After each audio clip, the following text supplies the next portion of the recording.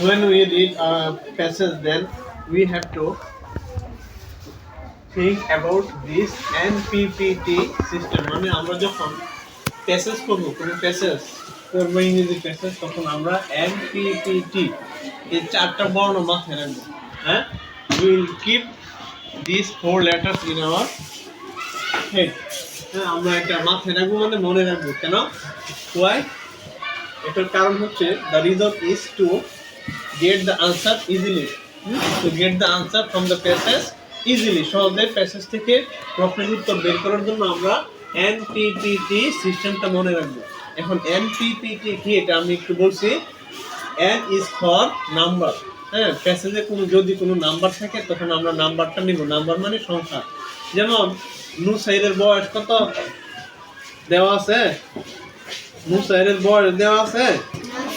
বয়স দেওয়া নাই, এখানে দেওয়া নাই, কিন্তু অনেক সময় আমরা প্যাসেজে বয়স পাই, তাই না? জি স্যার। তারপরে এখানে আমরা এনটা আমাদের কাজে লাগতেছে না। পরে দেখি পি। পি দিয়ে কি বোঝায়? পারসন। পার্সন। পি দিয়ে পারসন। পার্সন মানে কি? ব্যক্তি।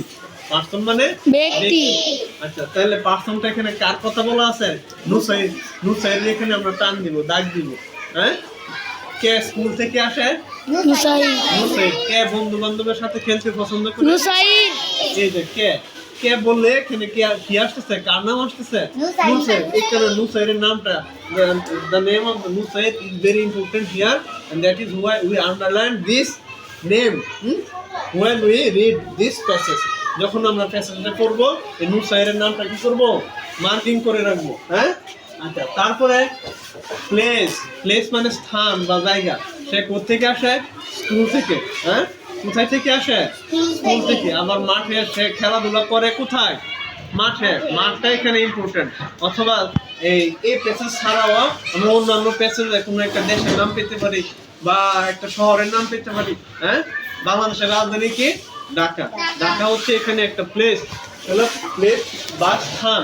তো স্থানের নাম যদি থাকে, if we find the name of a place, then we will underline the word with our pen. মানে আমরা কলম দিয়ে এটাকে আন্ডারলাইন করে নিব। আচ্ছা, তারপরে এখানে কি দেওয়া আছে? See for time. কোনো সে স্কুল থেকে কয়টায় আসে? একটা সময় থাকতে পারে, ঠিক আছে?